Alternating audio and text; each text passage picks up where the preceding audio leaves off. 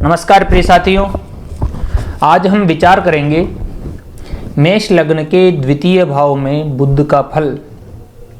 यदि आपकी जन्म पत्रिका में मेष लग्न हो और द्वितीय भाव अर्थात कि वृषभ राशि में बुध स्थित हो तो क्या परिणाम देखने को मिलेंगे, और बुध के साथ में वे कौन कौन से ग्रह हैं जो बुध के साथ में युति कर रहे हैं, उनका फल भी हम निर्धारित करेंगे। तो विषय में हम प्रवेश करते हैं। मेष लग्न में बुध तृतीय व षष्ठ भाव के स्वामी होते हैं। महर्षि पाराशर जी कहते हैं, पतयः तृषणायानाम यदि पाप फल प्रदा, अर्थात कि तृषणाय पति पाप फल प्रद है। यहाँ पर बुध द्वितीय भाव जो कि वाणी का भाव है, धन का भाव है, कुटुंब का भाव है, यहाँ पर स्थित रहेंगे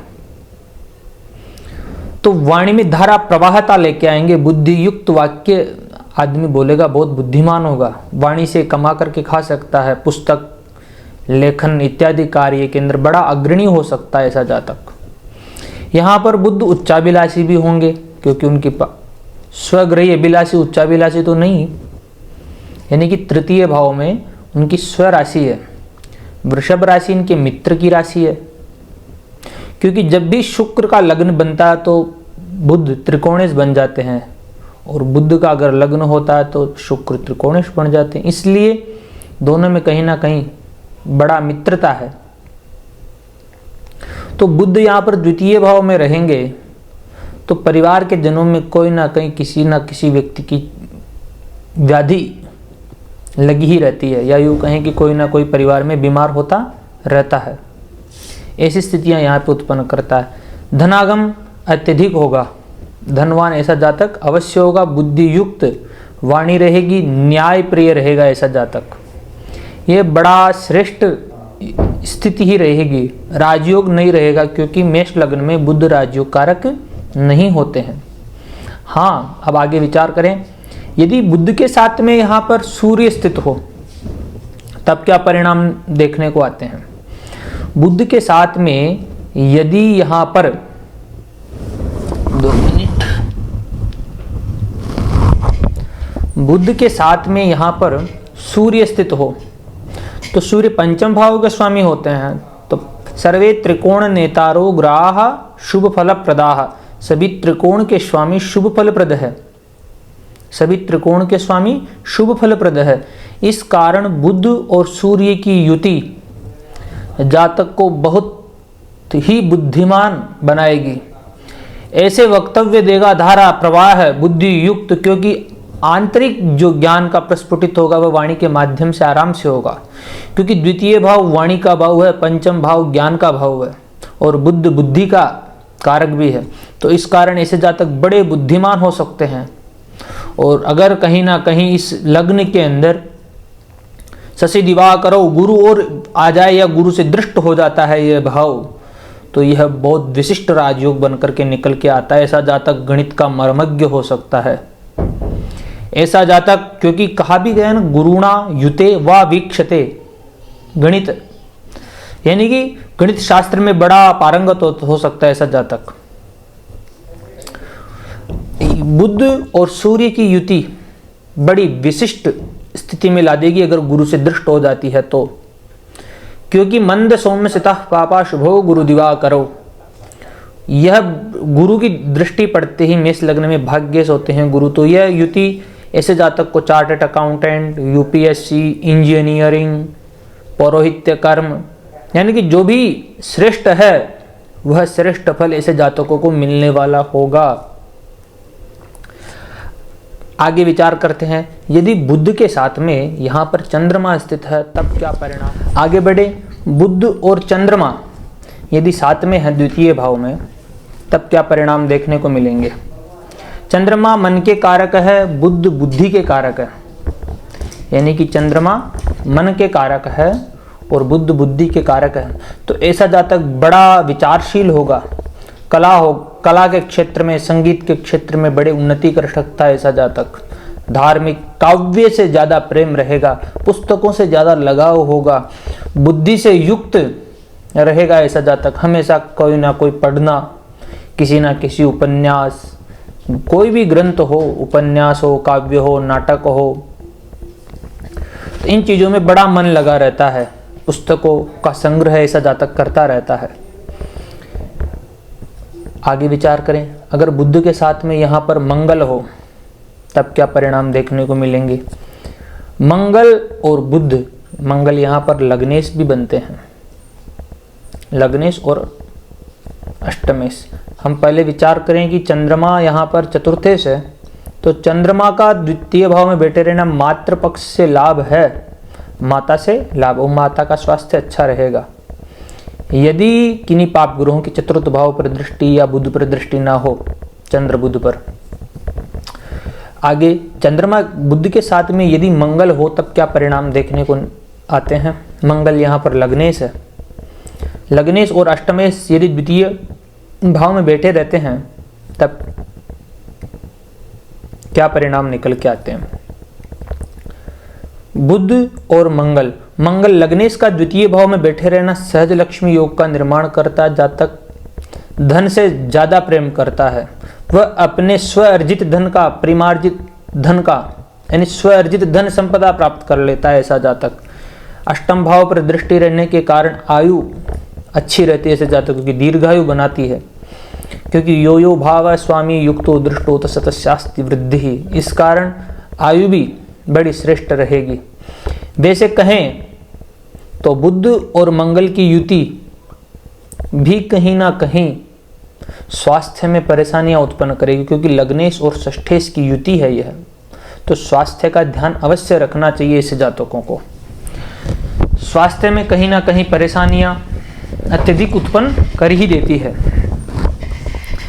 क्योंकि मंगल की दृष्टि यहाँ पर पंचम भाव जो संतान पक्ष को देखेगी, तो संतान पक्ष को भी कहीं ना कहीं क्षति पहुंचाएगी। अगर यहाँ के स्वामी सूर्य और यहाँ के कारक गुरु की स्थिति जन्म पत्रिका में अच्छी नहीं रहती है, तो भाग्य भाव पर भी दृष्टि रहेगी मंगल की। अगर वहाँ के कारक गुरु और वहाँ के स्वामी भी गुरु ही है, क्योंकि मंगल और सूर्य, क्योंकि पाप ग्रहों की दृष्टियां कहीं ना कहीं किसी भी भाव पर पड़ती है, उस भाव से संबंधित फलों में कहीं ना कहीं क्षीणता उत्पन्न करती है। भाव पीड़ित हो जाता तो वहाँ का कारक व वहाँ का स्वामी की स्थिति को भी अवश्य देखना चाहिए। यदि मंगल की पंचम भाव पर दृष्टि तो संतान पक्ष को कमजोरी, लेकिन दीर्घायु, भाग्य में कहीं ना कहीं अवरोध, ऐसी स्थितियां उत्पन्न करेंगे। परिवार में कलह ज्यादा हो सकता है ऐसे बुध और मंगल की युति अगर द्वितीय भाव में होती है तो। भाइयों में परस्पर, भाइयों के अंदर भी कहीं ना कहीं मतभेद, अत्यधिक गुस्सा ऐसे जातक कर सकते हैं। अब आगे विचार करते हैं, यदि बुध के साथ में गुरु हो यहाँ पर तब क्या परिणाम निकल करके आता है। गुरु और बुध यदि द्वितीय भाव में हैं तो बुध बुद्धि है, गुरु ज्ञान है, वह परिमार्जित ज्ञान है गुरु, यानी कि शोध युक्त, यानी कि किसी भी सार युक्त ज्ञान है, आत्मज्ञान है गुरु। ऐसे जातक बड़े बुद्धिमान होते हैं। बुद्ध और गुरु की युति को रुद्र योग का भी नाम दिया गया है शास्त्रों में। तो यह युति बड़ी श्रेष्ठ रहने वाली होगी, लेकिन पिताजी के स्वास्थ्य में कहीं ना कहीं परेशानियां उत्पन्न कर ही देती है। शत्रु राशि में रहेंगे गुरु यहाँ पर द्वितीय भाव में,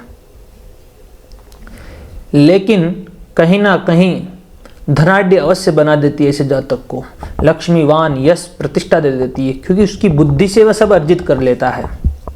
हमें पता है कि ज्ञान लक्ष्मी से भी बड़ी चीज है, ज्ञान के द्वारा लक्ष्मी स्वयं आ ही जाती है। कहानियां तो हम सभी को पता है इन विषयों की, ज्ञान की क्या महत्ता है। विद्या नाम नरस्य रूपमधिगम प्रच्छन्न गुप्तम धनम, यह श्लोक हमें पढ़ाई है। विद्या के विषय में अगर कहें तो बहुत से श्लोक संस्कृत साहित्य में मिलते हैं। विद्या ददाति विनयम, या विद्या शस्त्र से शास्त्र से द्वे विद्ये प्रतिपत्ते। विद्या की प्रशंसा के बहुत श्लोक नित्य, यानी जितना व्यय करोगे उतनी वृद्धि है, ये बहुत से श्लोक विद्या के नाम से शिक्षा की महत्ता बताते हुए बड़े श्लोक मिलते हैं ग्रंथों में। तो बुद्ध और गुरु की युति बड़ी श्रेष्ठ युति रहेगी, यहाँ पर बड़ी श्रेष्ठ युति रहेगी। गुरु की दृष्टि षष्ठ भाव पर, अष्टम भाव पर, दशम भाव पर रहेगी, जो पद प्रतिष्ठा यश कीर्ति का भाव है दशम भाव। तो इस भाव में वृद्धि होने के कारण यह भाव पुष्ट होगा और पुष्ट होने के कारण इस जातक सम्मान समाज में प्रतिष्ठित होगा, राजमान्य होगा, बड़ा पुरुषार्थी होगा ऐसा जातक। षष्ठ भाव पर दृष्टि रहेगी तो ऐसे जातकों के शत्रु भी, यानी कि शत्रुओं पर रोग, स्वास्थ्य में किंचित परेशानियां उत्पन्न तो कर ही देती है। आयु की वृद्धि रहेगी, ऐसे जातक दीर्घायु होंगे, लेकिन कहीं ना कहीं चोट इत्यादि का संकेत भी अवश्य दे देती है। अगर बुद्ध के साथ में यदि यहाँ पर शुक्र हो तब क्या परिणाम देखने को मिलेगा। अब यहाँ पर विचारणीय है शुक्र क्या करेंगे। यहाँ पे शुक्र यहाँ पर द्वितीय भाव के स्वामी द्वितीय भाव में ही रहेंगे, तो यो यो भाव स्वामी युक्तो दृष्टो तस्य तस्यास्ति वृद्धि, बड़ा धनवान होगा।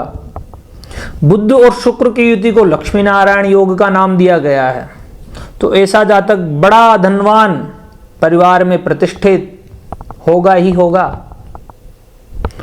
अगर कहीं ना कहीं गुरु की दृष्टि पड़ती है यहाँ पर तब तो कहना ही क्या।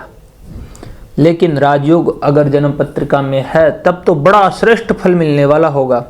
राजयोग नहीं है तब सामान्य, क्योंकि युति तो अच्छी है लेकिन जन्म पत्रिका में केंद्र त्रिकोण का संबंध भी अवश्य होना चाहिए। यहां पर पत्नी के लिए सही नहीं है ये युति, पत्नी के लिए सही नहीं है। वरना आर्थिक दृष्टि से देखें तो यह युति बड़ी श्रेष्ठ युति कहलाएगी। ऐसा जातक धन संचय अत्यधिक करेगा, धनवान अत्यधिक संचय, यानी कि धन इसके पास बड़ा संग्रह रहेगा धन का। आगे विचार करते हैं। यदि बुद्ध के साथ में यहां पर शनि स्थित हो तब क्या परिणाम निकल कर आएगा। शनि अन्वेषक है, खोजी है, तो ऐसा जातक खोज, अन्वेषक, शोध कार्य करने वाला, आविष्कारक ऐसा हो सकता है। इंजीनियरिंग के क्षेत्र में बड़ी उन्नति करे ऐसा जातक। न्याय प्रिय है शनि, ऐसा जातक की बुद्धि न्याय प्रिय होगी। लेकिन तृतीय दृष्टि चतुर्थ भाव पर रहने के कारण माता के स्वास्थ्य में कहीं ना कहीं कमी, दीर्घायु, लाभ अत्यधिक, व्यापार के क्षेत्र में बड़ी उन्नति कर सकता है ऐसा जातक, क्योंकि लाभेश लाभ को देखेगा। तो यह स्थिति भी बड़ी श्रेष्ठ स्थिति है। इस नतीजे देखे तो कहीं ना कहीं यहाँ पर माता के स्वास्थ्य में, मकान, वाहन, भूमि में कहीं ना कहीं अगर चंद्रमा की स्थिति अच्छी नहीं रहती है तो आपके लिए इस क्षेत्र में, यानी कि मकान, वाहन, भूमि, सुख में कहीं ना कहीं क्षीणता उत्पन्न अवश्य कर देते हैं। लेकिन यह युति द्वितीय भाव में रहने के कारण जातक को बड़ा अन्वेषक बना सकती है।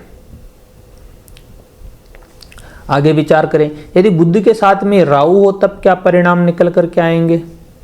यदि बुद्ध के साथ में यहाँ पर राहु हो तो यो भाव, राहु के लिए क्या कहते हैं, यद्यत भावगतो वापि यद्यत भावे संयुतो तत्फलानि प्रबलो प्रदिशेताम तमो ग्रहो।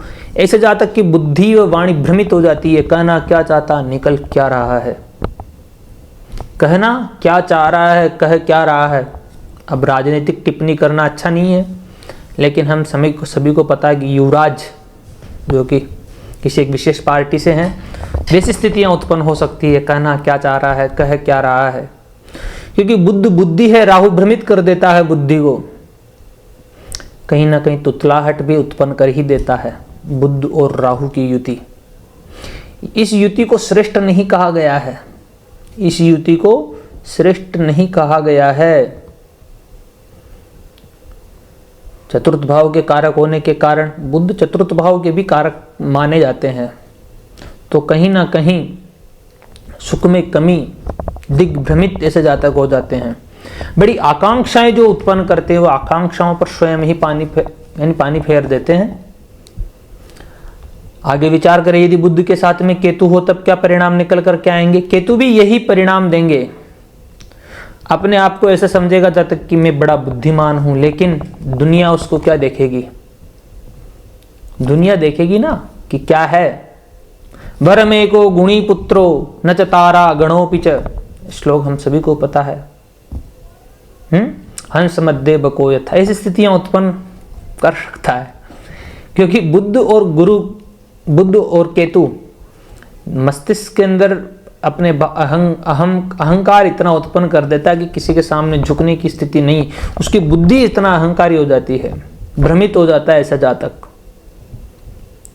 केतु यहां पर नीच के भी माने गए हैं, तो स्थिति परिवार के अंदर भी, परिवार के स्वास्थ्य में, परिवार के अंदर कलह का माहौल कर सकता है। राहु और बुद्धि गुरु केतु अगर साथ में हो, या केतु और बुद्ध हो या बुद्ध राहु हो, ऐसे जातक तंत्र के क्षेत्र में पीर वगैरह इत्यादि जगह जाते रहते हैं ऐसे जातक, इनसे इनको बड़ा खतरा हो सकता है। यह विशेष बात है, क्योंकि ये स्थिति बुद्ध और राहु की जो युति बनती है कहीं ना कहीं परेशानीदायक हो ही जाती है। तो धन्यवाद मित्रों, आप सभी का इस YouTube चैनल पर मैं हार्दिक अभिनंदन करता हूं और कहना चाहता हूं कि हमारे YouTube चैनल को सब्सक्राइब एवं वीडियो को लाइक अवश्य करिएगा। धन्यवाद मित्रों, मिलते हैं फिर अगले वीडियो में।